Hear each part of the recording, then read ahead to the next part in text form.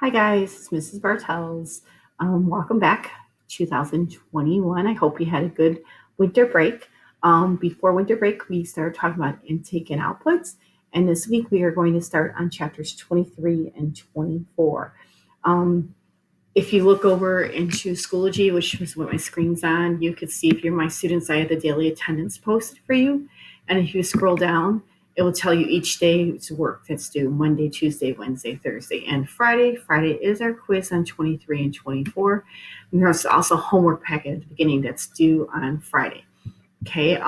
Also, if you go into the materials tab, and you scroll down. My materials tab always looks different than yours, so don't be worried if you don't see the same stuff that's in mine that's in yours. But if you go to the folder Module 3 folder and click on that, and click on Chapter 23 and 24, 23 and 24, here you will find the PowerPoints for 23 and 24, your homework that's due on Friday, your daily assignments for this week, okay, a Quizlet to help you prepare for the quiz on Friday, and the list of diets that are in Chapter 23.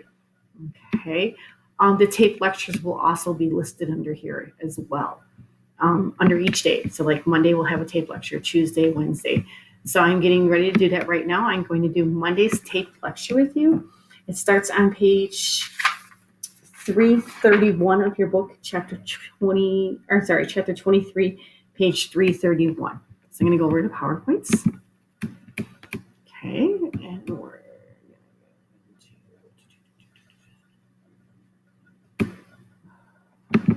okay. So chapter 23 is all about nutrition.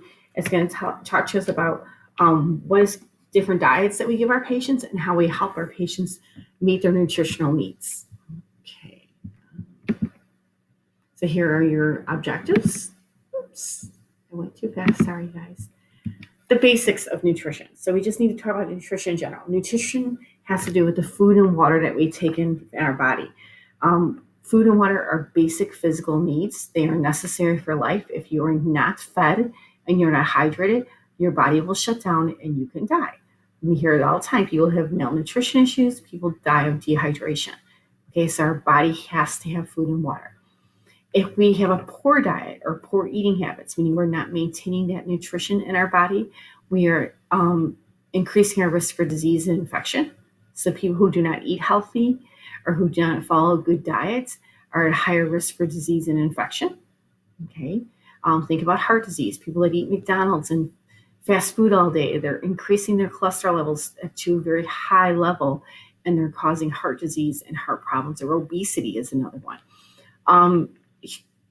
If we don't have a good diet and good eating habits, we don't heal correctly. Our body needs those nutrients. It needs the proteins. It needs the calcium. It needs the minerals to heal correctly and fight infection. And also, poor nutrition and poor eating habits can affect the physical and mental function. Okay, if we don't eat, and you guys do this a lot, everybody gets up, they run out the door, they don't eat their breakfast. You guys kind of crash about 9 o'clock in the morning. Everybody starts crashing. You might feel like a heaviness. You might feel tired. It's your body's way of saying, hey, I need food. I need energy. Okay. I'm tired now, and I'm making you feel tired, and you're falling asleep in class, or you don't feel good, or you might get a headache. It's your body's way of saying, you're not giving me the hydration and nutrients I need. And when it happens, our mental function can get a little slower, and then we're at risk for injury and infections as well as accidents.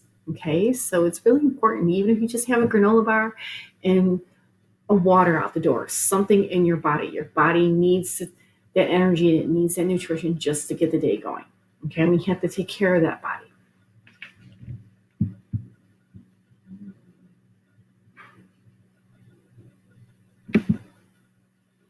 So there's two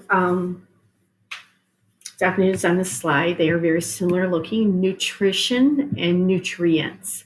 There's a difference in how they end. Okay, nutrition ends in an ION, nutrient ends in an ENT. When something ends in an ION, it has to do about a process. Like information is a process. Communication is a process of sharing information. Okay, so nutrition, ION on the end means a process. So nutrition is the process of taking food in meaning ingestion, digesting that food, so taking the food into the body, your body taking it and digesting it, and your body absorbing it, and then using that food and fluids in the way that the body needs it. So nutrition is a combination of many processes. It's ingesting the food, digesting the food, your body absorbing the food and using the food and fluids in the way that it needs it. Okay. Good nutrition is needed for growth, healing, and body function. Again, we already talked about it in the previous slide. Protein is a really big one. Your body needs protein to build muscle. Your body needs protein to heal. Okay. Your bones need calcium so they can stay strong. You need vitamins so you can fight infections. You could also need vitamins to increase your bone strength and your teeth. So nutrients or nutrition is very important. A nutrient is the substance. So it's the thing that's going into the body. So the nutrition is the process. A nutrient is the substance, the thing going into the body that's ingested, digested, absorbed, or used by the body. So nutrition is, nutrition is the process. A nutrient is what we're putting in the body. Nutrients are grouped into fats, proteins, carbs, vitamins, minerals, and water. There's not a lot about those in these slides, but I want you to look on page 332 because there are test questions about these. So really quick, it talks about on page 332, basic nutrition, and then it talks about nutrients. And I just told you what that is. It says nutrients are grouped into fats, proteins, carbs, vitamins, minerals, and water on the top of page 332. Okay. Fats, proteins, and carbs provide fuel for energy. A calorie is a fuel for energy. Okay, so make sure you know what a calorie is on page 332. And know this, 1 gram of fat has 9 calories in it. Okay. 1 gram of carb and 1 gram of protein only have 4. So when we look at fats and carbs and proteins, those 3 nutrients, fats have the highest amount of calories. Okay, and you need to remember that it's 1 gram of fat has 9 calories, and proteins and carbs only have 4 calories per 1 gram. So 1 gram of fat is 9 calories, 1 gram of protein is 4, and 1 gram of carbs is 4 calories. Make sure you know that. It is on page 332 of your book. Okay. The MyPlate. So MyPlate was actually brought up really huge by Miss Obama, President Obama's wife, to say, hey, America, we have a problem. We have an obesity problem. We have the number one disease, the number one death in America is heart disease. Okay. Obesity is like in the top 5 diseases of America. So they said, we need to do something. So they came up with the MyPlate food guidance. And basically, it's a system that encourages smart and healthy food choices in daily activity. It encircles the 5 food groups and saying that we have a good amount of the 5 food groups. But if you look, there's a certain percentage of each one. So you should, every time you have a plate, your plate should have the 5 food groups. It should have dairy, it should have grain, fruit, grains, fruit, vegetables, and protein. But if you look, 50% of your meal should be fruit and vegetables. Look at how big the fruit and vegetable portions are as opposed to the grains and the proteins and the dairy. So they're saying protein's important, but the fruits and vegetables are just as important. So the MyPlate is described on page 332 of your book. Again, here it is, a little breakdown for you. It promotes wise food choices from the 5 food groups. It says that grains should be at least half. Your grains should be whole grains. So we're not talking about white bread. We're talking about wheat bread or whole wheat bread. We're not talking about, bagels. The whole wheat, the multigrain is better, is what they're saying. Vegetables should be at least half your plate. Dairy helps with the building bone mass. But they're also saying when you drink dairy, you have to make sure you're drinking the low-fat portions. Protein, choose lean or low-fat meats and protein. Fish, egg yolks, fish, egg yolks. So it's saying when you choose your protein, make sure they are low fat choices. We should, to describe it to the white meats are better. than the red meats. Okay, fish is really good in protein. Egg yolks, liver, and organ meat are high in cholesterol. So that's your red meats. Your egg yolks and your liver are really, they do have good amount of protein in them, but they're also high in cholesterol, which isn't good. So if you're going to eat an egg, it's better to eat the egg whites than the egg yolk. Okay, if you're going to choose a meat, it's better to choose a white meat or a fish over a heavy, juicy red meat or steak. Okay, just because of the cholesterol levels. So if you look in your book on page 332, it talks about the My Plate has 5 food groups. So I highlighted that in my book. And I said that it's based on balancing calories, increasing certain foods, and reducing certain foods. And you could see that when you go back to this slide here. It's saying increase your vegetables, decrease your protein. Okay, increase your grains, but don't have too much of the protein or dairy. So again, that's the balancing of it all. Okay, so that's the My Plates on page 332 of your book. Nutrients. Okay, so we have different types of nutrients that we're going to talk about. Okay. Oh, one other thing too, really, with My Plate. My Plate also involves exercise, which is on page 332 of your book. It's saying that not only do we have to eat correctly, we have to have physical activity at least 3 days a week is best, and each activity should last at least 10 minutes. So page 332 talks about the exercise. So it's just not maintaining your food. You also have to maintain your exercise program. Okay, nutrients. Protein is the most important nutrients. Protein can be found on page 334 of your book. It is needed for growth. I'm so sorry. That's rude. I'm sorry. It's needed for tissue growth and repair. When people have big wounds, like maybe bed sores that are not healing good, or maybe a diabetic who has a really bad ulcer on her foot, they will actually increase the protein in somebody's diets, or they might give them Ensure. You might have seen that before, a dietary supplement like protein shakes to try to get the tissue and the growth and the repair to happen quicker. Okay, so protein is big for tissue growth and repair. That is on page 334 of your book under nutrients. Okay, when you're picking a protein, also on page 334 in the blue box, it says the best way to pick a protein is for healthy choices. Remember to choose lean or low fat meats and poultry, regular ground beef, and chicken with skin or higher in fats. So it's telling you to avoid the chicken that has the skin on it. Boneless, skinless chicken is good. It's also telling you to avoid ground beef. Again, the better choices in this picture, if you look at it, is the salmon was a really good choice. The eggs, launching the white eggs, okay, but the chicken has skin on it, so it's not a good idea.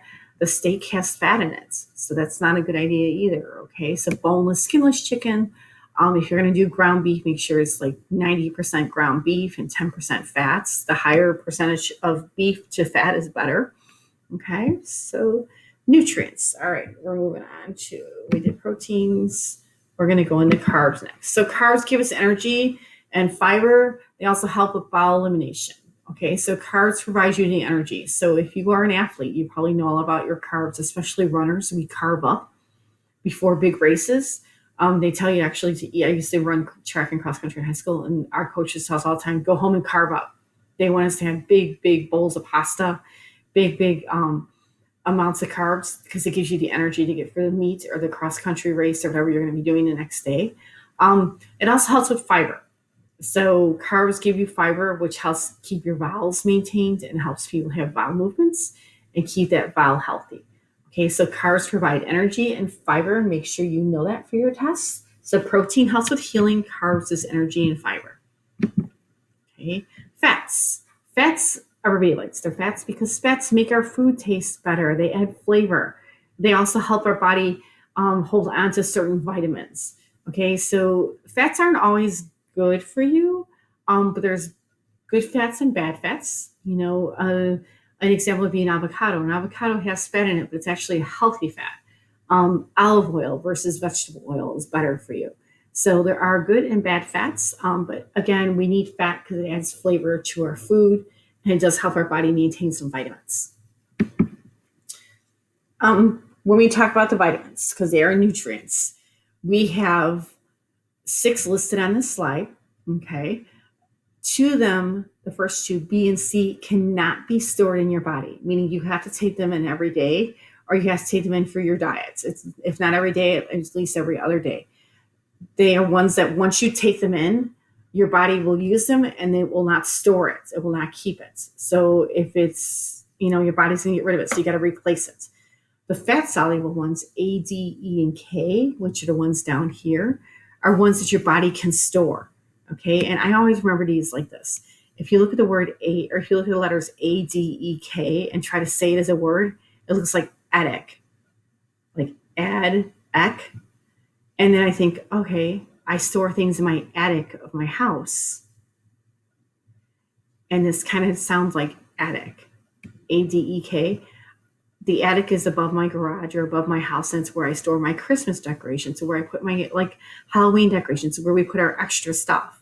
So it's where we store things. So I always remember attic when I think of the vitamins.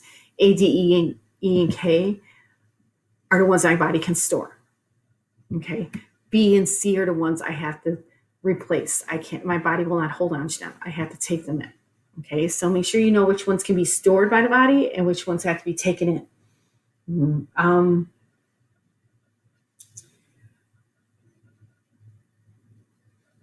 If we don't keep our vitamin count up, we can have certain diseases that will happen. And you can see right here, like vitamin B helps with growth, red blood cells, healthy nervous system.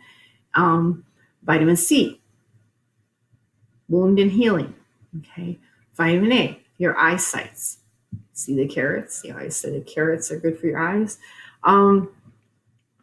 Vitamin D is loaded with your calcium, which is needed for your bones and your teeth. Vitamin E helps with blood cells. And vitamin K helps with blood clotting and wound healing. So vitamin K is very important, okay? Because especially in those elderly people that get blood clots, their vitamin K diet intake has to be watched. Okay. So, minerals. So the minerals are a little bit different. So we have, now we're talking about all these nutrients. Don't forget, we talked about proteins, which help the body heal, carbs, which give us energy, fats, which give us flavor, vitamins, some that we can store in our body and some that we have to replace. And now we're going to talk about minerals, which is another type of nutrient. So minerals include your calcium, your phosphorus, your iron, your iodine, your magnesium, your copper, your zinc, sodium, and potassium. These guys, the magnesium and the potassium and the sodium, when you become a nurse, like me and Miss Christy, Miss Betty Jo, these are levels you're going to look at every day on your patients, because if their potassium level and their magnesium level is not correct, or their sodium level, they're going to be having heart problems, blood pressure problems, pulse problems. These have to be regulated in the body. So these are going to be looked at almost every day when you're a nurse and somebody's sick in the hospital. Okay. Calcium, again, it helps with bone and tooth development. It's a big one that we look at in the elderly people as far as like osteoporosis and brittle bone disease and common fractures. Why do they keep getting fractures over and over? Is their calcium levels low? Phosphorus. Iron gives you strength. So we look at the iron to see what is going on. Is the people, are they having blood problems? Are they having some kind of anemia going on because their iron levels are low? Okay. Iodine is huge in the thyroid activity. It gives us our energy. Okay. So if your iodine levels are very low, you might not have a lot of energy. If your iodine levels are too high, you might have what they call hyperthyroidism, where everything's kind of kicked up in your body and not working well. Okay, so iodine is really important, and so is that thyroid. Alrighty, so with your minerals, just make sure that you know that calcium is the one that helps with musculoskeletal changes and bone. So calcium is the one that you should really know.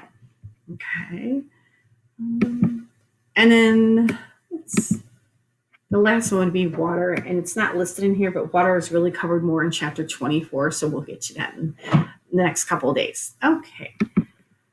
Factors that affect eating and nutrition. If you were in class with me, we would take some time and talk about this, because there are many things that each of us do that is different than the other person as far as our diet and our household.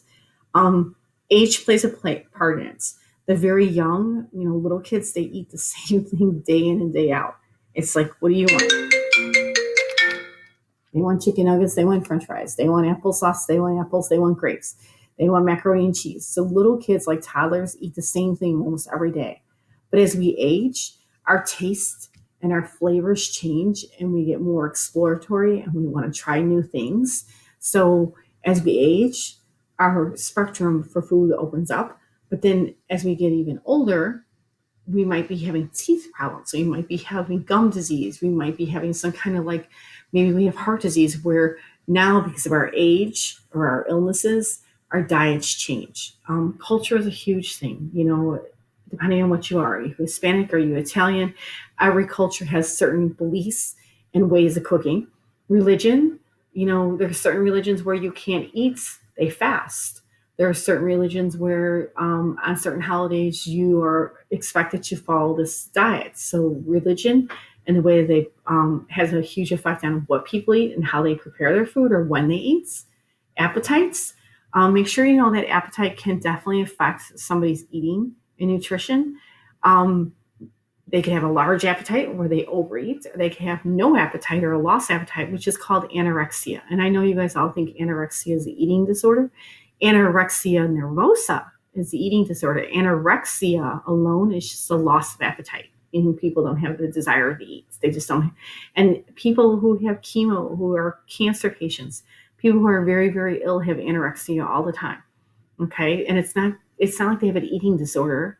They have a lost appetite because their body just isn't craving the food, and they just don't have the energy to eat. Okay. So that's what anorexia is.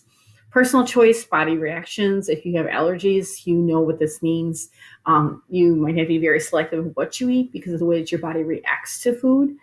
Illnesses, again, it's on page 335 of your book. It talks about illness. Appetite often decreases during illness and recovery from injuries. However, the body actually needs nutrients to heal, but the appetite is decreased. Nutrients that we lose through vomiting or diarrhea need to be replaced, and they usually replaced through IV fluids given by a nurse. Okay, so illness definitely affects the person's nutrition. Drugs, and we're not talking about straight drugs, which do also affect person's nutrition, but we're talking about even prescribed drugs, like chemotherapy drugs, will change the taste. It gives people a metal taste in their mouth. Like they always have this feeling of like iron or metal, they say, and food doesn't taste right to them any longer. Also, chemo makes people very nauseated and they cannot eat because they can't keep food down. Another one that is hard on the stomach for drugs is iron. Iron is really difficult for people to take in. Iron pills, especially because it hurts and it can cause like constipation and stomach cramping. Okay, so certain drugs do have a hard time and can affect the person's nutrition. Chewing or swallowing, of course. If a person doesn't have good teeth or their dentures are missing or they have a hard time swallowing or they aspirate or run the risk of choking when they swallow, they might not want to eat. They might choose not to eat because it's just too difficult. If a person has a disability, like a disease or injury that can affect the hands, the wrists, or the arms, it may be difficult for them to eat because their hands can't hold that fork or spoon. Okay, or their arms can't lift up to their mouth. So you might have to help them eat. You might have to have adaptive equipment available for them, meaning like maybe like when you first start feeding babies, if you ever look at a baby spoon, it's thicker. The handle, like a toddler spoon or a sippy cup, you want to start using that for your patients because they don't have that coordination in their hands. Maybe they had a stroke and they have to use a cup with a lid now to swallow. Or maybe they have to have a fatter spoon because it's easier to hold on to. Okay, so with disabilities, you have to make sure you have the adaptive equipment available so they can eat. Because if you give them a regular spoon or a regular cup and they can't use those, they're not going to eat. And impaired cognitive function is also something that can affect somebody's eating, and it's on page 335. Age is another one. Okay, let me see if there's anything in this slide. Yeah, so this talks about age. So our stomach changes as we age. Okay. What happens with our GI system, meaning our gastrointestinal system, is one, our taste buds and our smell decrease. As we age, everything starts to die off. Everything starts to get slower and doesn't work as quickly and isn't reactive. It's just a normal process of aging. So our taste buds and our smelling will decrease. Our appetite decreases. The amount of calories that we need decrease because we're not using as much energy or having as much activity as we did when we were younger. so we don't need as many calories. Our digestive juices, meaning like our pancreatic juices and our juices, our amylase and lipase, the things that our body makes, start to decrease. Okay. High fiber foods. So things that are high in fiber, like an apple, they are very hard to chew and they can be hard on the person's intestines. So a lot of times people will choose to avoid those. Okay. But they need their fiber because we need fiber for constipation. We need fiber for we need fiber in our diet. So in order for us to get that fiber as we age, they might say do soft bulk food, which is like whole grain cereals, cooked fruits and vegetables. So maybe they can't have a raw apple, even though that's great for fiber, but you could have them have cooked apples, okay? Or they can't have a raw vegetable, but they can have cooked vegetables. So as we age, we still need to get our intake in, but things change. Our taste changes, our smell changes, the ability to chew changes, so we have to change our diet a little bit. So, and they talk about that on page 335 in the orange box. It says focus on older adults. GI changes occur with aging. Taste and smell dull. Appetite decreases. Secretion digestive juices decreases. Hard to digest fried and fatty foods may cause indigestion because they don't have those juices any longer. Some people will avoid high fiber foods needed for bowel elimination. They'll avoid apricots, celery, and fruits and vegetables with skins and seeds because they're hard to chew and can irritate the intestines. Foods providing soft bulk are often ordered for persons with chewing problems or constipation. Whole grain cereals and cooked fruits and vegetables are examples. Calorie needs are lower. The energy and activity levels are lower. Food that contains calcium help prevent muscle cells. So it goes on to tell you about. So make sure you read the box about the older person on page 335. Now we're going to talk about what Oprah, our friend Oprah, wants us to do. So remember, Oprah always has these rules that they want us to follow. So here's the rules that they say that we have to follow if we're taking care of people in nursing centers.